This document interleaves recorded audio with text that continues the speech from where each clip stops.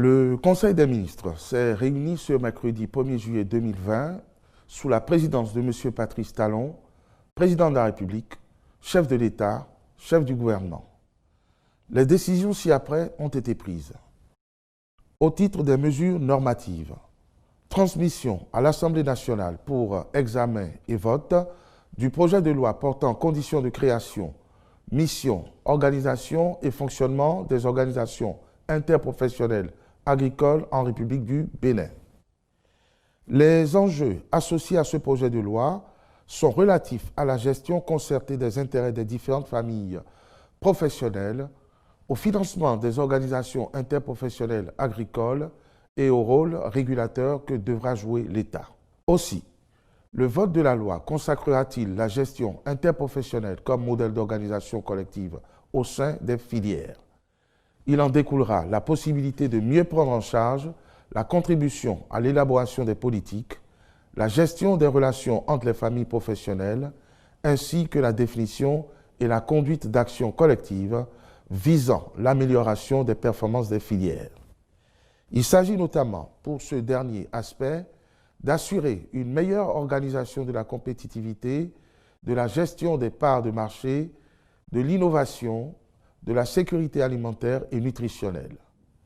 Par ailleurs, il y a lieu de faire observer que l'absence d'une loi sur les organisations interprofessionnelles agricoles constitue un frein à l'exploitation optimale des opportunités nées de la libéralisation et du désengagement de l'État des activités industrielles et commerciales. Le présent projet de loi vise donc à combler ce vide en offrant un cadre légal général et cohérent aux dites organisations afin de permettre de mener à bien leurs activités à travers leur reconnaissance par l'État. Transmission à l'Assemblée nationale pour examen et vote du projet de loi portant révision de la loi numéro 2017-4 du 19 octobre 2017 relatif au Code des marchés publics en République du Bénin. Cette réforme projetée se justifie par la volonté d'impulser une nouvelle dynamique à l'exécution des projets d'investissement du programme d'action du gouvernement ou de ceux portés par des partenaires privés. De fait, elle vise à renforcer la modernisation de l'administration publique en optimisant notamment les processus de passation des marchés publics avec un impact significatif sur l'amélioration du climat des affaires. De même, par la dite réforme, le gouvernement entend intégrer au Code des dispositions de la loi portant promotion des micro, petites et moyennes entreprises MPME dans le but de leur faciliter l'accès au marché public. Plus concrètement encore, il s'agit de corriger des dispositions qui ne contribuent pas à l'amélioration de la compétitivité des offres, mais qui tendent à les complexifier ou à allonger les délais de passation des marchés. Ainsi, les principales modifications contenues dans le projet de loi concernent, entre autres, la suppression de l'exigence de production de pièces administratives dans les dossiers de soumission. Celles-ci ne seront plus éliminatoires et la procédure de sélection mettra plutôt l'accent sur les critères techniques et les conditions financières. À charge pour les administrations fiscales et sociales de déclencher des contrôles à tout moment sur la base d'informations collectées. La réorganisation de certains processus et l'introduction de dispositions visant la digitalisation afin de réduire les délais des procédures de passation des marchés publics de 2 mois au moins. La clarification et l'alignement des principales méthodes de passation sur les bonnes pratiques recommandées au plan international et par les directives de l'UEMOA. L'introduction dans la loi de nouvelles techniques d'achat en vue d'optimiser les processus et d'accélérer l'exécution des projets. La révision des dispositions qui contribuent à amplifier les coûts d'accès au marché public. Il est ici proposé la suppression des frais d'acquisition des dossiers d'appel d'offres ainsi que celle de la garantie d'offres pour les MPME. Pour les autres soumissionnaires, il est prévu la réduction du taux plafond de 3% à 1% du montant prévisionnel du marché et la fixation au profit des MPME d'un taux de 20% d'avance sur les marchés publics non soumis à obligation de cautionnement. La revue des règles d'approbation du marché des personnes morales de droit public afin d'assurer une plus grande responsabilisation des organes de gestion tout en excluant formellement les présidents du conseil d'administration de la fonction de personnes responsables des marchés publics ou d'approbateurs des dits marchés. La clarification à propos des opérations exclues du champ d'application du Code des marchés publics. L'introduction dans la loi du principe de fixation d'un seuil de dispense des procédures classiques de passation des marchés publics. L'allègement du Code des marchés publics de certaines dispositions relevant du domaine réglementaire ou d'autres textes de loi, comme la loi portant cadre juridique du partenariat public-privé en République du Bénin.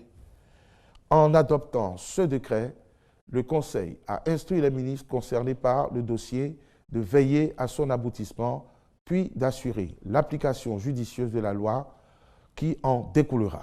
Au titre des autres mesures normatives, le Conseil a adopté les décrets portant transmission à l'Assemblée nationale pour examen et vote du projet de loi portant autorisation de ratification de la Convention portant création de l'Alliance pour le biodigesteur en Afrique de l'Ouest et du Centre, ABAOC, adopté à Ouagadougou le 4 octobre 2018. Nomination des membres du Conseil d'administration de la Caisse nationale de sécurité sociale. Attribution, organisation et fonctionnement du ministère des enseignements secondaires, techniques et de la formation professionnelle. Au titre des communications, acquisition de lecteurs de cartes électroniques dans le cadre de la généralisation du projet d'assurance pour le renforcement du capital humain, ARCHE. La mise en œuvre de la phase pilote du dit projet a révélé la nécessité de procéder à l'identification des bénéficiaires par les moyens les plus appropriés afin d'éviter des fraudes et autres irrégularités préjudiciables à sa pérennité. Les cartes d'assurés distribuées étant électroniques, pour en assurer l'authentification univoque, il est indispensable de recourir à des lecteurs adaptés aux fonctionnalités prévues. Pour ce faire, et en vue de rendre ce matériel disponible dans tous nos centres de santé publics, le Conseil a autorisé l'acquisition de 5000 lecteurs et instruit les ministres assurant la conduite de l'opération de généralisation du projet ARCHE d'accomplir toutes les diligences à cette fin. Renforcement des mesures de protection civile contre les inondations de l'année 2020. Les prévisions de l'Agence nationale de météorologie annoncent que les quantités d'eau de pluie attendues cette année sont supérieures à la moyenne de la période 1981 à 2010, dernière année de référence en matière de gravité des catastrophes liées aux inondations. Par ailleurs, les mesures de riposte contre la propagation de la pandémie de Covid-19, notamment la mise en œuvre du cordon sanitaire, ont limité les déplacements et les interactions sociales sur lesquelles se base l'activité économique des ménages. Ainsi, le contexte particulier des inondations de 2020 sur fond de Covid-19 nécessite que soient renforcés les moyens et les capacités d'intervention de l'Agence nationale de la protection civile.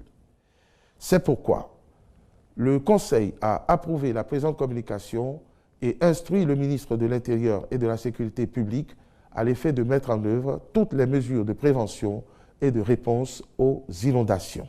Homologation des prix de cession des intrants et d'achat de coton-graines aux producteurs au titre de la campagne cotonnière 2020-2021. Les familles professionnelles de l'Association interprofessionnelle du coton, AIC, ont convenu de reconduire au titre de la campagne 2020-2021 les prix de cession des intrants aux producteurs pratiqués au cours de la campagne écoulée. Ce faisant, il s'agit notamment pour elles d'éviter que les fluctuations intervenues du fait de la pandémie de Covid-19 ne pèsent sur les producteurs. Ainsi, les 10 prix se présentent comme suit. Engrais, toutes catégories confondues, 240 francs CFA le kilogramme, soit 12 000 francs CFA le sac de 50 kg. Insecticide coton, 3 500 francs CFA le flacon pour le traitement de demi-hectare. Herbicide Toto, 3 500 francs CFA le litre. Herbicide sélectif, 5 000 francs CFA le litre. Par ailleurs, Dans la même logique et malgré la tendance négative, elles ont décidé de maintenir les prix d'achat du coton graine aux producteurs à leur niveau de la campagne précédente. Ceci s'affiche donc ainsi qu'il suit. Coton graine conventionnel du premier choix, 265 francs CFA le kilogramme net à payer aux producteurs. Coton graine conventionnel du deuxième choix, 215 francs CFA le kilogramme net à payer aux producteurs. Coton graine biologique du premier choix, 318 francs CFA le kilogramme net à payer aux producteurs. Coton graine biologique du deuxième choix, 258 francs CFA le kilogramme net à payer aux producteurs. Fonction critique, 10 francs CFA le kilogramme de coton graine. Réserve stratégique, 5 francs CFA le kilogramme de coton graine. Tenant compte de la volonté ainsi exprimée par les acteurs de la filière, le Conseil a homologué ces prix. Par ailleurs, le Conseil a été saisi de pratiques de mise en place sans contrôle de crédit par les institutions de microfinance au profit des conseils d'administration des coopératives ou de leurs unions. Ceci crée des surendettements préjudiciables aux activités des dites coopératives et peut, à terme, compromettre leur viabilité. En conséquence, les ministres concernés par le dossier sont instruits à l'effet de prendre des mesures visant à instituer un mécanisme de consultation de l'AIC par tout établissement financier dans le cadre de l'octroi de crédits de campagne agricole aux producteurs de coton des coopératives villageoises de producteurs de coton CVPC. Ils veilleront en outre à renforcer le contrôle des intrants aux frontières dans le but de décourager leur bradage organisé de plus en plus par certains responsables des dites coopératives. Au titre des mesures individuelles, à la Caisse des dépôts et consignations du Bénin et après avis conforme de la commission de surveillance, M. Hontoyon Paulin Razoumen est nommé directeur financier.